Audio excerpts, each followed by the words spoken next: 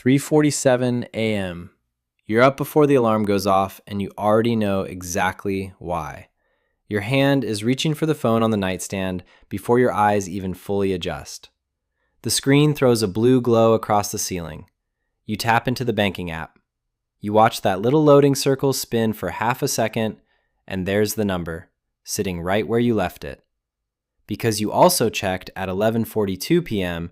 and again at 9:15 p.m. and at lunch. You haven't moved a single dollar. You just had to confirm the dollars hadn't moved on their own. Somewhere across town, another person, same age, same city, maybe the same exact job title, hasn't opened their banking app in 3 weeks. They couldn't ballpark their checking balance within $1,000 if you ask them.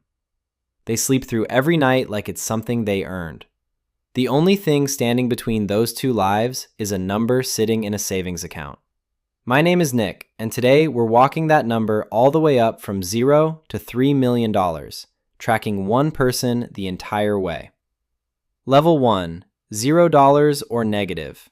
It's a Tuesday. You're 24. You're standing in a Dollar Tree under that specific kind of fluorescent lighting that makes everyone look slightly unwell.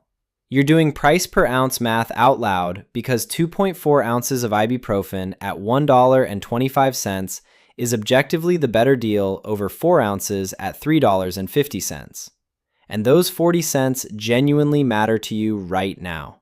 You know they matter because you've already pushed your cart past the ramen aisle 3 separate times trying to decide whether you can afford both soap and food this week. This is $0.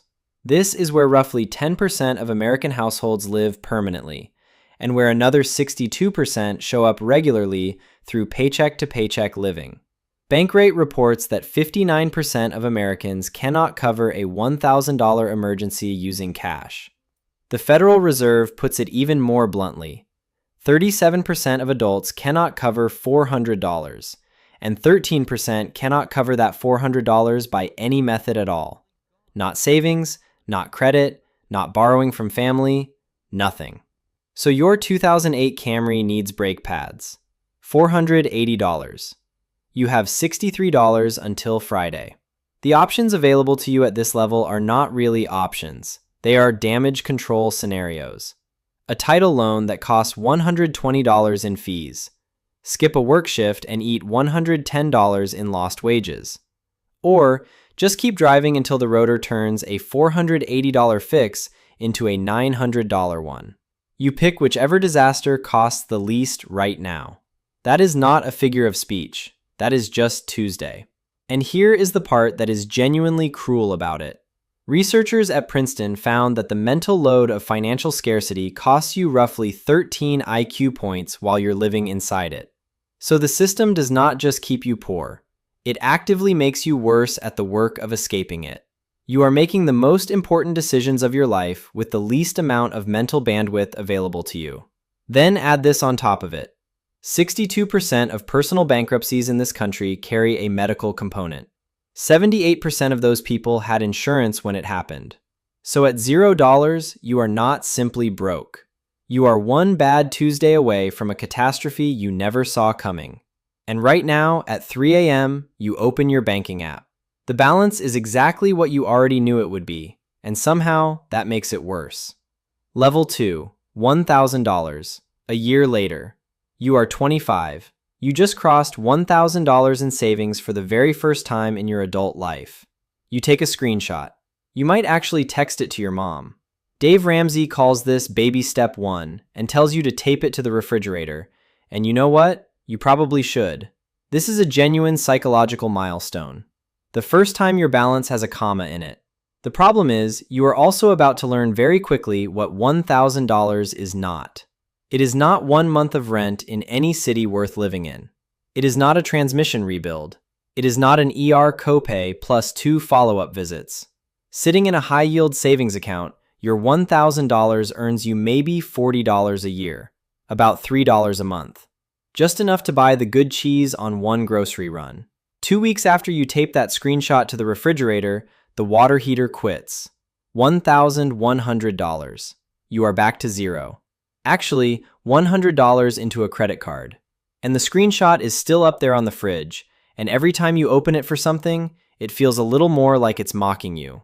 Even Dave Ramsey has come around on this one, which is something I genuinely did not expect to write.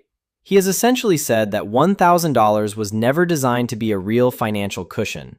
It exists to prevent you from losing your emotional momentum when life decides to break something expensive.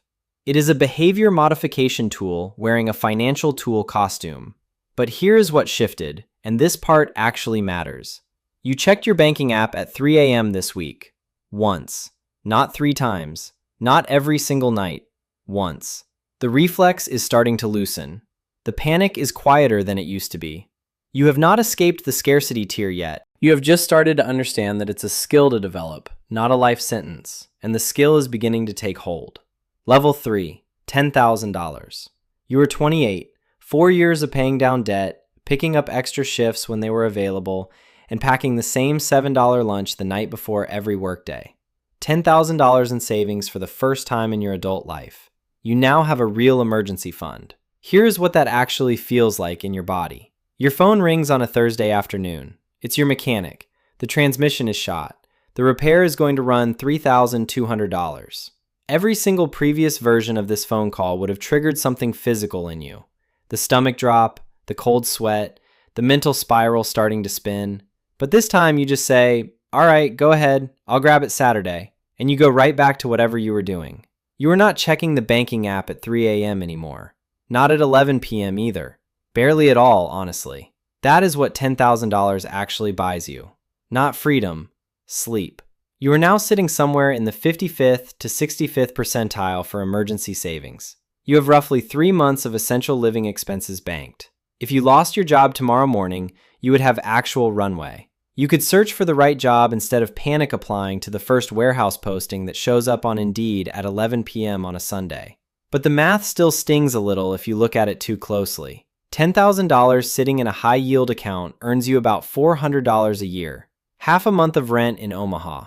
Maybe 10 days worth in Denver. In a stock index at 7%, it earns $700. Meanwhile, if you are also carrying $5,000 on a credit card at 22%, you are paying $1,100 a year to earn $700. That is financial self-sabotage. And roughly a third of Americans are doing exactly that right now and still telling themselves they're pretty good with money. Here's the thing nobody says out loud about $10,000. Getting here was the hardest stretch of your financial life so far. Every single dollar came from saying no to something.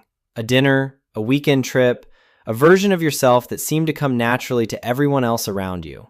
You felt every one of those no's. You earned this. And now the part nobody actually warned you about. The quiet middle stretch is coming. And this is exactly where most people quietly quit. Not with any big dramatic moment, just slowly. The dinners start again. The new couch happens. The raise lands and vanishes into a slightly upgraded lifestyle. They're 33. They've had $12,000 in savings for 4 years straight, and they genuinely cannot figure out why. Level 4, $35,000. You are 32. You got 2 raises. You bought your first couch that did not come from Facebook Marketplace. And you actually felt guilty about it. Genuinely guilty. You almost returned it the next morning because some part of your brain, the part that was forged under those Dollar Tree fluorescent lights back at 0, was whispering that you shouldn't have done it. You kept the couch. But the whisper was real. And that whisper is the exact reason you have $35,000 right now, instead of $3,500. You are now in the 75th to 85th percentile for liquid savings. Your boss calls you into the conference room on a Tuesday for the first time in your career. You walk in and your palms are completely dry, because you already know that if this conversation goes sideways, you've got 8 months of runway behind you. You could walk out the door. You don't, because you actually like the job. But the option completely changes your posture in that chair. This is the thing nobody tells you about savings. The point was never really about what you can buy. The point is the power it gives you in a room. But this is also where the sneakiest trap in personal finance shows up, and I really need you to hear this. At $35,000 liquid plus a starter 401k, you are roughly average for your age bracket. But every Instagram post, every Netflix series, every car commercial out there is engineered for the top 5%, which means $1.9 million and up. So you feel behind when you are statistically right in the middle. And when you feel behind, you start making dumb moves. You take out a helic to redo the kitchen. You buy the truck your coworker drives. You trade in a perfectly functioning car for something newer. The couch guilt was the thing that built this tier. The Instagram comparison is the thing that will quietly dismantle it. Every genuinely wealthy person I have ever read or studied carries some version of that couch guilt voice somewhere in their head. Most people turn it off around $35,000. You have to keep it running. Level 5, $100,000. You are 36. The account crossed 6 figures last week. You told no one. This is the Munger threshold. Charlie Munger, Warren Buffett's late business partner and arguably one of the sharpest financial minds of the past century, got asked at a Berkshire meeting for his single best piece of wealth-building advice. His answer, cleaned up just slightly: the first $100,000 is a grind, but you have got to do it. I do not care what it takes. If it means walking everywhere and eating nothing that was not purchased with a coupon, find a way to get your hands on $100,000. After that, you can ease up a little. That quote has become the most referenced line in personal finance for a reason. But here is what almost nobody mentions alongside it. Munger said that in the late 1990s, adjusted for inflation, his $100,000 is roughly $200,000 in 2026 dollars. The threshold moved. The math underneath it did not. And the math is why this moment actually matters. At $100,000, something genuinely mechanical shifts. If you are contributing $12,000 a year and earning 7%, it takes about 6.8 years to reach that number. During those years, your contributions are doing about 81% of the work. Your investment returns only handled 19%. You carried most of it yourself. The next $100,000 takes less time and less of you. Around a $171,000 balance, your annual returns start outpacing your annual contributions for the first time. From that point forward, your money is working harder than you are, and it never stops. It only accelerates from there. That is why Munger called the first $100,000 the hard one. The entire structure of the game changes right around this number. The catch is that only about 40% of US households ever cross $100,000 in net worth at all. The median household does not reach it until their late 30s to mid-40s. Even within retirement accounts specifically, Fidelity's latest data puts the average 401k balance across all ages at just $146,000. So if you are sitting at 6 figures before 40, you are genuinely ahead of the curve, no matter what the "I made my first million at 26 dropshipping" crowd is posting. Most of those guys are broke. That is a whole separate video. You close the app. You do not open it again that night. The reflex is completely gone now. Level 6, $250,000. You are 41. $250,000 puts you in the 56th percentile. Here is the piece that should feel almost unfair when you first understand it. If you stopped contributing today, completely stopped, never added another single dollar, at a 7% real return, that account grows to roughly $1.3 million by the time you hit 65. Without you doing a single thing. You just have to leave it alone. That is called coast fire. It means the rest of your paycheck no longer has to be directed toward retirement. You can use it to actually live, to travel, to work fewer hours, to finally take the professional or personal risk you have been sitting on for a decade. That is what $250,000 quietly unlocks for you. And almost nobody explains this when people hit it. But I also want you to meet a couple. I won't use their real names, but they exist. They appeared on a Netflix show, and you can actually find the episode. Combined income of $286,000 a year. Investment accounts at $168,000. Credit card debt of $65,000. HELOC sitting at $97,000. Total liquid savings, $2,000. The husband owns $6,000 worth of bicycles he absolutely will not part with. Ramit Sethi, who runs the show, looked at them and said, if you lose your job, you have enough to get by for 4 or 5 days. Read that again. 4 or 5 days on $286,000 a year. That is not financial security. That is a performance of financial security. And it is playing out inside thousands of households pulling well into six figures right now, which means income alone will not save anyone. There is no salary that corrects a spending problem. There is no raise in existence large enough to outrun undisciplined behavior. The people who actually reach this tier and stay here, the ones who turned $250,000 into $500,000 into $1 million, are the ones who held on to the couch guilt. They looked at the $286,000 a year lifestyle and quietly said, "No thank you." You are one of those people. Level 7, $500,000. You are 46. $500,000. Top 25% of U.S. households. Statistically, the median American never crosses this line at any point in their life. And here is where something shifts internally that is genuinely hard to put into words. You stop checking your portfolio on your phone daily because the day-to-day swings are now larger than your entire monthly contributions were 5 years ago. A 3% down day wipes $15,000 off the balance on paper. A 3% up day puts $15,000 back. The numbers stopped being about your behavior. They are about the market now, and the market does not have any interest in your feelings.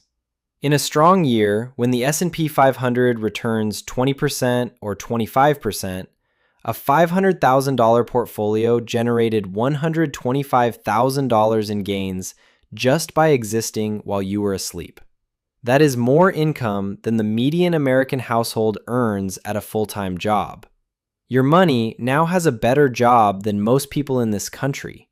But this is also where the hedonic treadmill runs at its absolute fastest. A couple that many people would recognize if I named them had a combined net worth of $2.18 million and a household income of $450,000, and described themselves in a 2024 interview as living paycheck to paycheck. Top 5% by net worth, top 1% by income. Still feeling the squeeze. Because wealth is always relative, and the peer group shifts every time the balance does. The strategy at $500,000 is identical to the strategy at $1,000. Keep the couch guilt. Your spending will always try to expand to match your account balance. Every expensive social circle, every targeted ad, every "you've earned this moment" is the exact same enemy from the $35,000 tier, just wearing a considerably nicer outfit. The people who actually retire early from this tier are the ones who froze their lifestyle somewhere around $60,000 to $80,000 a year of spending and kept letting the portfolio grow untouched. The math from here is not complicated at all. The discipline is. That is the entire game. Level 8, $1 million. You are 52. 7 figures. The mythical millionaire. You walk into your kitchen on a Tuesday morning and brew your coffee. Nothing is different. Nothing actually feels different in the way you expected it to. The word millionaire carries a century's worth of cultural baggage. Yachts, linen suits, Monte Carlo in the summer. The reality is that you're standing in a Target fleece looking at a brokerage statement. In 2026, about 18% of U.S. households have a 7-figure net worth. That's around 24 million people. America was producing over 1,000 new millionaires every single day in 2024. The average age of a U.S. millionaire is 61, which is not the headline anyone wants to write. And here is the math that nobody wants to put in the article. $1 million at the standard 4% safe withdrawal rate generates $40,000 a year. That is below the median household income in this country. Your grandparents' million bought a yacht. Your million buys you a paid-off house in Columbus and a Costco membership. Schwab's 2025 survey found that Americans now say you need $2.3 million just to feel wealthy. Only 36% of actual millionaires describe themselves as wealthy. Sit with that for a second. But I want to tell you about Ronald Read, Because his is honestly the only millionaire story that actually matters. Ronald Read was a gas station attendant and a J.C. Penney janitor in Vermont. He drove a 2007 Toyota Yaris. He held his winter coat closed with a safety pin. Every morning, he ate an English muffin with peanut butter at the hospital cafeteria. Same stool, same order. Regular patrons at the local Friendlies occasionally paid for his meal because they genuinely assumed he was homeless.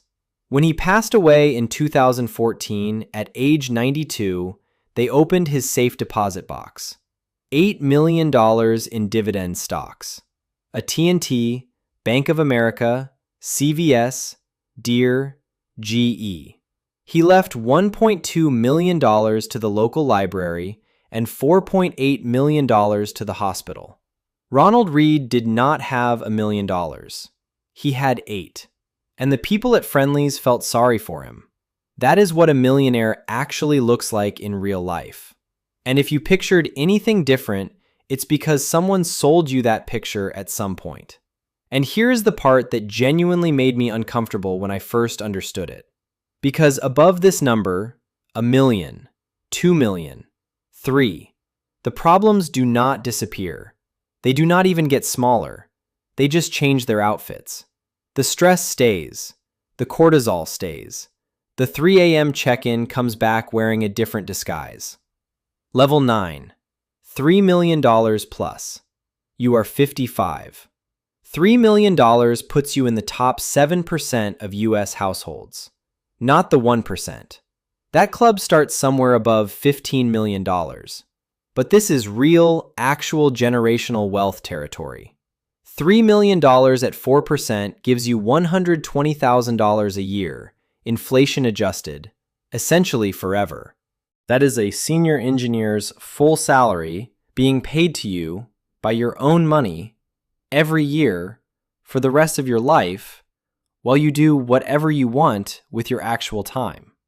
This is also where FIRE fully takes over the conversation. Lean FIRE at $1 million. Regular FIRE at $1 to $2.5 million. Chubby FIRE at $2 to $3.75 million. Fat FIRE at $5 million and beyond. There is an entire online subculture right now debating on spreadsheets whether 3.5% or 3.9% is the safer withdrawal rate over a 50-year retirement horizon. And I genuinely respect them, but they are not average people. But here is what I actually want you to hear clearly, because it is the entire reason this video exists. At every single level we walked through today, from the Dollar Tree at $0 to the Coast Fire moment at $250,000 to sitting on $3 million at 55, the amount of financial stress people reported was almost identical across all of them. The subject matter changed. The cortisol did not. At $0, you asked, can I make rent? At $35,000, am I behind everyone else? At $1 million, will a market crash wipe all of this out? At $3 million, is $3 million even actually enough? In San Francisco, maybe it isn't. The same nervous system, just wearing different clothes at every level.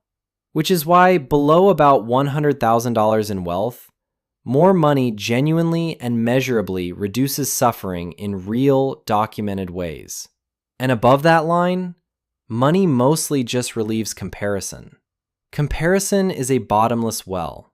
It was built to be that way. Joseph Heller, the man who wrote Catch-22, was at a party thrown by a hedge fund manager out in the Hamptons.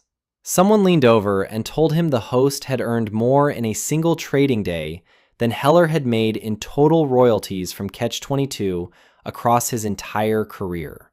Heller just shrugged and said, "Yes, but I have something he will never have. I have enough." That is the only number almost nobody bothers to calculate, and it is the only one that genuinely matters in the end. Your enough is probably a lot smaller than the internet has been telling you. It is probably closer to $800,000 than $8 million. It probably does not require a yacht, a private school tuition, or a second property. It probably looks like a paid-off house, a boring index fund sitting untouched, and a Tuesday afternoon where nobody needs anything from you. So here is what you actually do tomorrow morning. You look at your number, wherever you are sitting on this ladder right now, and you ask yourself one honest question. Not, how do I get to the next level? The question is, what is the smallest thing I can do this week to stop money from leaking out of the level I'm already at? Start right there. The math handles the rest.